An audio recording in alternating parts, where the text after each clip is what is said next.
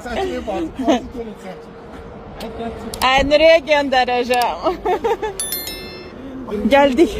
Neye geldik? Astana'ya gelmişik. Bizim Azerbaycan'dan beşlerimiz geldi. Tırla geldi. Kirvemiz sağ olsun.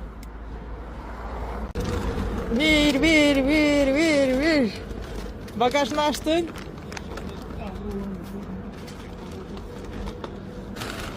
Benim beşlerim, benim cehizim, benim qavlarım, benim. Geldiler.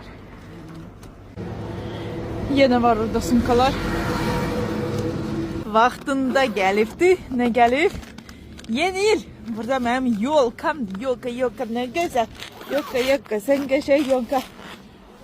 Sağ ola ökürü. Növbəti stansiyaya. Növbəti ne qalıb?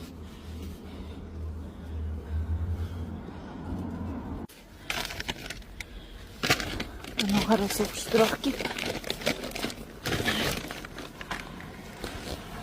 Tarmır orada. Ne bir bütün genceni getirirsin önce. Hala bu. Kobalt'ta ile bir rezina öde ha.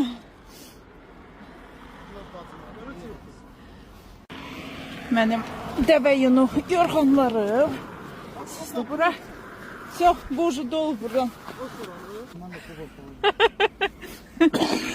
Bir tır mı? Bir tır boşalttı kobalta. Millet kobalta alın. Bismillah. Sağ ol Kerive. Esir Kerive'de. Yolunuz açık olsun.